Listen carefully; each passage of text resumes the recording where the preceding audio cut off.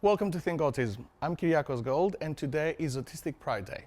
Join me for a discussion on autism.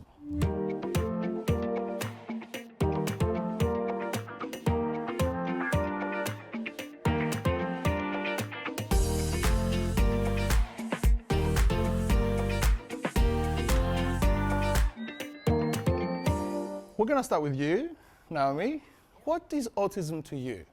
So autism to me is a neurotype and a brain style, and it's a way to describe neurological differences that describe how we interact in the world and how we perceive the world. Absolutely, Naomi. I think it's a different kind of brain. We have a unique neurology that's different to the norm, that is very sensory driven. We have our own unique communication style that is different to the neuronormative population as well. Some of us actually really like to talk about and think about being autistic as a culture and actually recognizing those communication differences and sensory preferences and the other things that we do that are just part of who we are as a cultural difference. Anita will often hear the term ASD. What is that? Autism, it's short for autism spectrum disorder, and there is a growing movement that the disorder should probably be dropped from that particular diagnosis. Obviously, it's a technical term from the DSM, but many autistic individuals don't actually see it as a disorder. They see it as a difference, not necessarily wrong or something that should be fixed. And it's just like Naomi was saying, it's a way of being, it's a way of culture. So disorder can be quite decisive within the community. Then on the flip side, there are many in the community who have higher level needs, and it is definitely considered as a disorder. So I think more discussion needs to be definitely had around that particular term. Is that the correct language? Higher needs? I think that the term high functioning, low functioning is very misleading, because even if you're perceived as high functioning, there are days when your needs are higher. And I think that term is misleading. So I think definitely more discussion needs to be had around that, definitely. Judy, what is the DSM? DSM is the Diagnostic and Statistics Manual. It's kind of like a manual where a whole bunch of for the American Psychiatry Association put together a whole bunch of diagnoses to make it easier for a lot of other mental health professionals to say, okay, you fit the criteria for depression, you fit the criteria for PTSD, you fit the criteria for ASD, autism spectrum disorder. When you say the American Psychiatry Association, do you mean a bunch of white dudes? Yes, which is something I would love to talk about with everyone here, including intersectionality. We've got Maria here, so yes, very, very keen to talk about this, yes. Maria, what is intersectionality and how does it affect anyone, not just autistic people? I think broadly speaking, because you could do a PhD on intersectionality, broadly speaking, intersectionality offers us a critical framework of analysis. It asks questions about socially constructed identities, but more particularly, it asks about power, it asks about oppression, and it asks about power sharing. So I suppose in reflecting on different to what, I'm hearing people talk about different to what, intersectionality would reframe that question and ask, what are the implications for people who may have identities that intersect with race, with sexuality, with gender? Because it could be suggested that much of the research around neurodiversity and neurodivergent communities is done through the lens of white, male, cisgendered population groups that do very little except reinforce power disparity. So different from what? So the point would be, it's not the difference that makes a difference, it's the meanings we attach to those differences. So intersectionality would shift the argument back onto the so-called dominant mode and ask it to ask itself some very serious questions about the way it constructs autism in our community. You've been here for the whole day, and I really wanted to know what was going through your head when you were listening to the discussions today? Because this is a fairly new space to you, like we've had an offline discussion. What was the first things that came in? Look, I have to say, as I was really listening to people, I was wondering how might that narrative change if indeed we were talking about someone from a multicultural background who couldn't speak English. How might a diagnosis impact on their lives, the lives of families, the lives of communities? Because in effect, we're talking about culturally mediated, identities. So they were the questions that I put. Would some of the comments that people were making change or shift? And I think I asked you that question. How would it be different for someone who identifies as being LGBTQ, IQ, all of that stuff? Does it matter? How does it change? I suppose like the direct answer for that is, well, we know that autistic people are twice as likely to identify as gay, lesbian, or bisexual, or any other, again, non-defaulted sexual orientation. We also know that we're 3 times as likely to be trans, gender diverse, or non-binary. And that specifically in this current time does cause very specific challenges for autistic, trans, and non-binary people based on the perception of our ability to make decisions for ourselves and to have informed decisions about who we are. And I think there's also a general question as to why are we more likely to reject convention when it comes to these parts of ourselves. There's also a lot of theories, but of course, as has been discussed a lot today, research often has to be looked at with a lens of what point are you trying to make here? Why are you asking these questions? Why do you want to know? Is it so you can fix it? So you want to do you want to further pathologize it? Particularly at the moment when we have such a huge global anti-trans movement that is really weaponizing that intersection of autism and gender identity. There's a lot of suspicion as to anyone asking that. And I think but often I think it does come down to there's particular ideas around hormonal sensitivity, but mostly we are less sensitive to social narrative and social convention and social rules. And a lot of homophobia and biphobia and transphobia and queerphobia is societally constructed and is also different in different countries and cultures. And I just like neurodiversity has been talked about in different countries and cultures for a long time. And I think there's that kind of connection of the importance of recognizing how everything is tied in that space. And how the kind of colonial boxes that we've created for people to be diagnosed and is statisticize a word? To be turned into a statistic, is that a word? I just totally agree with all of that. It was wonderful. Thank you for contributing that. And I think it's that thing that community does put us in boxes, and it has to stop. It doesn't do the autistic community or the LGBTQIA community any good. It actually doesn't do anyone any good. That's the thing, that if you look at the wellbeing statistics, everyone's miserable. It's not, really at work, especially when coaching, once people get that self-insight and it's okay to be me and to be authentic, then you get a whole different person. And people just need to accept that person in front of them, whatever there comes with that, and not try and diagnose and box.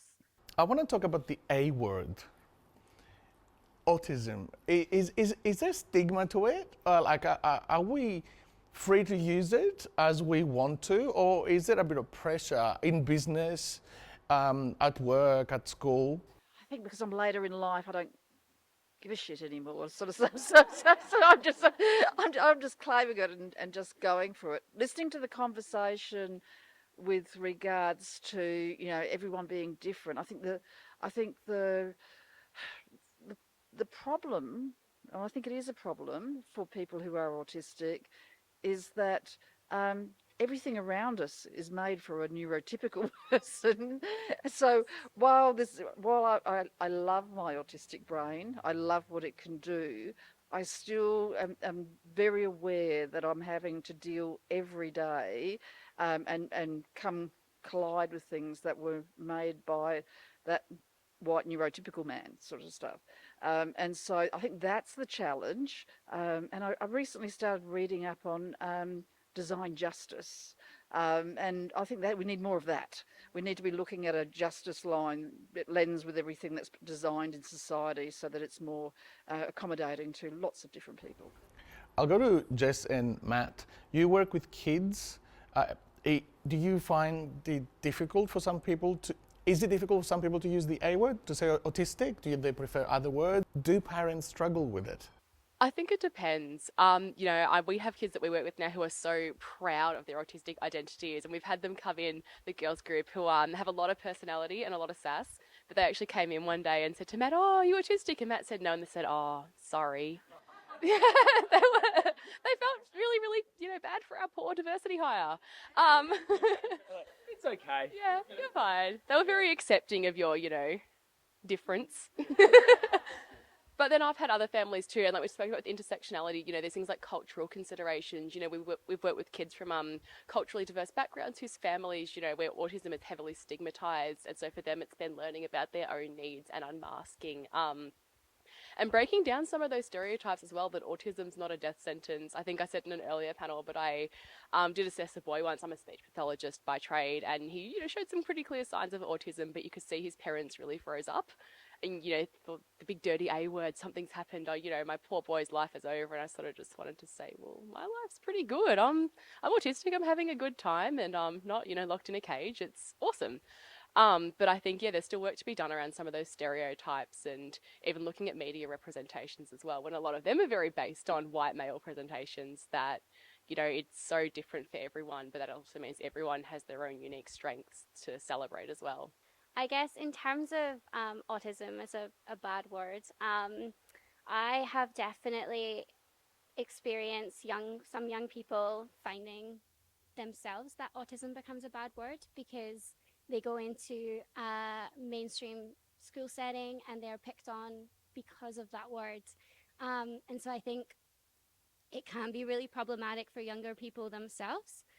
My journey with it was very, very different. So I was diagnosed at 26, and it gave me this amazing framework to be able to finally support myself well. Previous to that, I had many mental health challenges. I had an eating disorder, and finally I just had something that I could actually support myself through. And I think that the challenge at the moment is that a lot of young people don't have those safe spaces to go to where they can be autistic and be proud of that. So I'm very lucky that I have many friends who are autistic. I have a brother who's autistic, and very, very welcomed into that space. But for many, many young people and children, they don't have that space. And so I think, it's just something really, really important that we need to build, and hopefully build into schools if we can. But it's definitely Will, have you found, you work with ICANN, you are building your social enterprise now. From your experience, is the word autism stigmatized? In places, yes, absolutely. I think that in a lot of the communities that I've worked with before, the freezing up thing is very pertinent because the word comes across that, there's this A word attached to a particular child, and there'll be parents who go, wait a minute, and they kind of think, is my child's life over? Because they've lived within a context where it's all deficit based. But for other parents, it's actually the aha moment, and what a relief. All this makes sense now. And I think maybe the greatest societal effort needs to be directed towards the aha moment. Not that your child's doomed, enjoy a life of difference and being picked on all the time, because that was unfortunately a part of so many children's lives, but it doesn't have to be. I was just going to say, working close with Jess and most of our team being autistic, there's a flip side with masking. I think, Anita, you referenced the dangers of high functioning earlier, that because we ask a lot of our autistic advocates, lived experience, to come to every diversity day and speak, and because, Jess is wonderfully, eloquent and tells a quite traumatic story sometimes and shares that part of her with the audience to help change narratives around this. People sometimes don't see the fact that the amount of social energy it takes to get on stage, share that, then be grabbed afterward, people wanting to come and say hello to you afterwards. And we've had to put in place things now. We've had, adults grabbing onto Jess after presentations. Wave, don't grab. It's sort of like, yeah. As a teacher, my 6-year-olds can understand that rule, and I've had 40-year-olds who can't. Afterwards saying it's a lot on stage. So I think it is really important that everyone understands it about masking, and as I guess, as a non-autistic person, to sort of be on the front foot saying, hey, it's not as easy as it seems. Those moments are not representative of the rest of our lives. It's to get up and do a 2-hour presentation. I can look very functional, but then, that's at the cost of a lot of other things for the rest of the day. There's sort of only so much that's in a bucket to give. Just to follow up on that, though, because a lot of my life is spent looking at allyship and anti-racism, particularly in relation to my obligation to First Nations communities as a migrant to this country and a position of accountability to that. What would an ally look like in this context? It's a really good question, because as I'm listening to everybody talking about some of these challenges, like related to masking and people not understanding what autism is, I think the big thing that comes to mind is the need to consider autistic or neurodiversity kind of liberation as a social movement and as a minority group that experiences degrees of minority stress. And to come back to the question of what can an ally do, I'm really passionate. So I do a lot of community work with autistic people and neurotypical people, with basically anyone, educating about autism and inclusion. And the biggest thing I do normally in that work is just trying to unmask and trying to be myself in these public settings, and to actually help allies to understand who I actually am, rather than presenting to them what they would feel comfortable seeing because they're used to masking, and encourage them to learn about and support my culture, and be comfortable with me, I guess, stimming or whatever it is that I'm doing around them. Inviting them to ask questions and inviting them to have an open mind. I just want to talk on the ally point. As an organisation at Asperger's Victoria, we have all the allies as part of the journey. So we have autistics, their partners, their families, their employers, because we can't create change without the people around us supporting that change and understanding it and helping drive it. So I think that allyship is really important to bring the community around our autistic with us and create that change on a wider scale, and having autistics voice what they need with such passion as well. So it's fantastic. Yeah, I was going to comment on both what is autism and also on allyship. And one specific thing I wanted to say is I don't think any autistic person is the same. I don't think it's a homogenous group.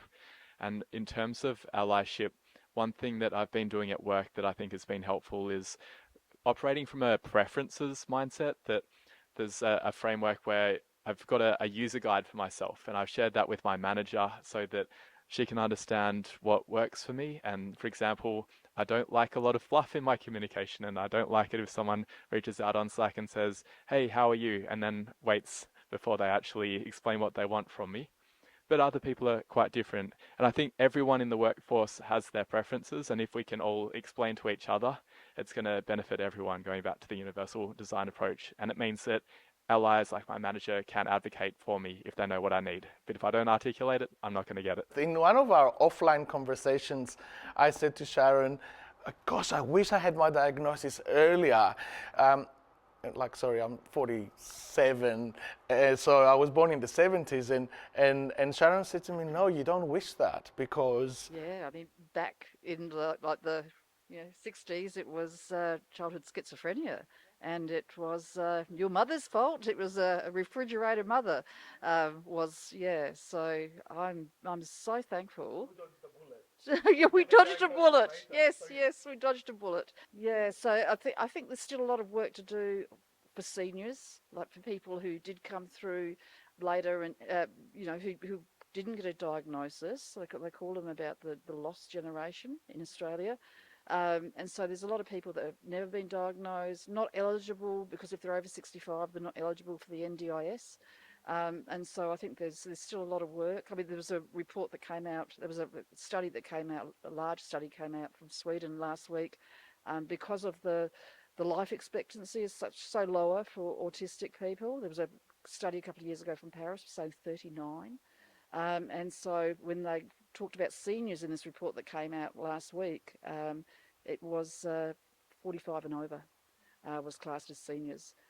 So that we've got so much work because I am a senior, so it's really important to me. But all the young people coming up will be seniors as well, and we've got to start thinking about aged care and a lot of issues that we've got to take into account. How do we design system for seniors when they don't have a diagnosis? They don't know what autism is. We just don't know what we don't know. When I had my diagnosis, in my report, it actually says that my father was autistic, even though my father died many, many years ago.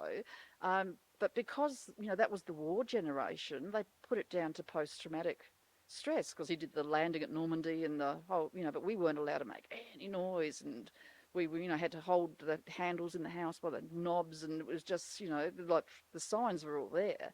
But I think there's a war generation that came through that, just got kind of put into that bucket. So no, like I agree with everything that you've said, and just watching, I do work with a lot of older adults, and just watching those transitions and the transitions into aged care, and the accommodations that aren't made, and those sorts of things. Absolutely stressed, yeah, and then making those accommodations for someone once they're there makes such a difference to how they're feeling.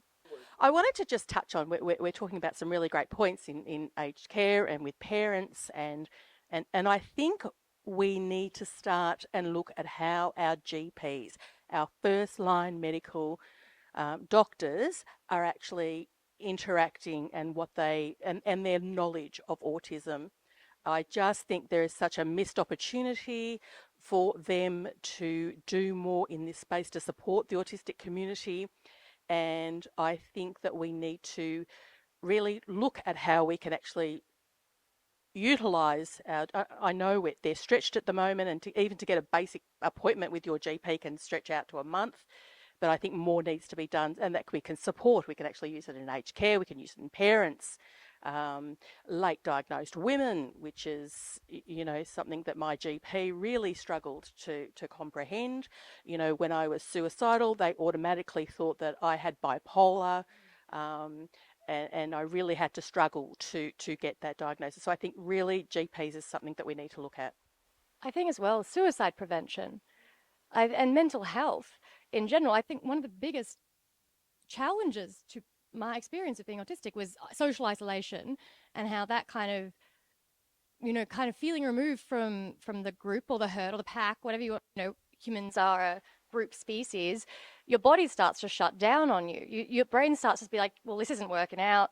And it's not even like, and I think there's a lot of writing about how autistic burnout is a parallel experience to suicidality. I think now we're seeing people call autism and ADHD a trend, but that's not new either. They said that in the 90s. But I think the issue is that it's very dismissive, and it doesn't really acknowledge that one of our biggest challenges is that often growing up with or without a diagnosis can come with trauma, and that living in a world that's not built for you is traumatic. Living in a world that does not reflect you and your stories and your experiences is traumatic. And those things have serious consequences, including a low life expectancy. It's a huge problem in a lot of marginalized communities because it is a symptom of a world that says you shouldn't be here. It's not due to personal frailty. And I think that's still a mentality we have around mental health that can make it very difficult. And it doesn't help that it's very hard to then find a mental health practitioner that understands neurodiversity and won't just be like, well, that's your problem right there. Absolutely. I just wanted to add, and I think it's a reflection of everything that everybody is saying, how important sharing lived experience is from a point of view of supporting our young people to know they're not alone. And we know that from lots of different cultures and communities, having presence and being seen makes such a massive difference. But also the fact that, we know so much about neurotypical mental health and neurotypical challenges because for hundreds of years, neurotypicals have been talking about their challenges and issues, and research has been done on it, and they've been listened to, and they've developed ways of managing. The same thing needs to be happening for us. And so we need professionals from all areas, medical professionals, professionals in industry, everywhere, to be listening to the people who've lived it so that they can start to ask the right questions in research. They can start to think about the accommodations that are going to possibly, make a big difference to everyone potentially in, those environments. And we can start to get concrete answers. The reason we don't have evidence-based research is because the questions haven't been asked, and we haven't had an opportunity to actually share and get data on things we intrinsically know are going to help us. I'm keen to know what comes to your mind when parents or people say everyone's on the spectrum. Everyone is on the spectrum. Everyone has a little bit of ADHD. What comes through your mind? I think it's about supporting them. It's frustrating because what it does is diminish our experience. And they're saying that usually it's the same as you don't look autistic. It's because it makes them feel better. They feel better by saying, oh, but it's okay, you're pretty normal, we'll accept you. And it allows them to feel okay in that situation and perhaps not awkward about communicating with an autistic person or finding out that their child's autistic. Yeah, I think, look, a thought to add, and I guess this is drawing on a couple of the conversations here, is I think often in our little bubble that we can get into when we know so much about neurodiversity is we can forget the state of where things are at outside of the bubble, which is the majority of society has no idea what autism actually is. Like they might have heard of autism, but they don't know what it is. I think that, yeah, we're so far from being at the point of, I guess, being able to really have much nuance, complex discussions in more generalist public spaces about this topic. Because, yeah, when you talk to someone about being autistic and their response is, well, everyone's a little bit autistic, it's, you can assume that they actually don't know what autism is. We could also assume that maybe if they're responding that way, it's because they actually are autistic and they actually have autistic traits, and so it's a bit confusing for them if they're talking to someone who has a label and they don't. Yeah, I think lots of people out there who aren't diagnosed or don't identify their neurotype in their culture, and there's just lots of misunderstanding and misinformation. So we need to start with that, and we need to start with that narrative in a way that deals with shame, because that's a big issue at the core of this all, is that deep shame that we have around ability and, just difference, any sort of difference in our society.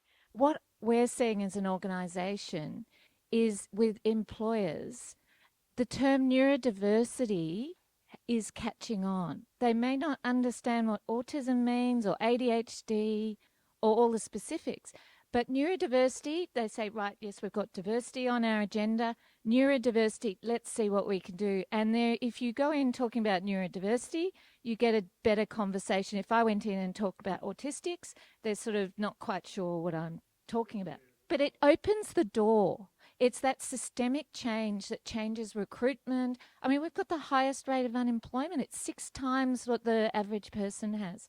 So it's like, do we accept small steps? And then from that, we go in and do the conversation. We'll train them about autism. That's how we want to know about neurodivergence, neurodiversity. But then it's that foot in the door, and we can create, exactly, it gives it a credibility to get listened to at leadership level. Yeah, I just find it really interesting, the conversation around training, because I think I think back as a teacher, I had half a day learning about this umbrella disability. It wasn't from a disability rights lens at all. And then I think back to how we train teachers and GPs, and thinking the Henry story, and it's this idea of apprenticeship.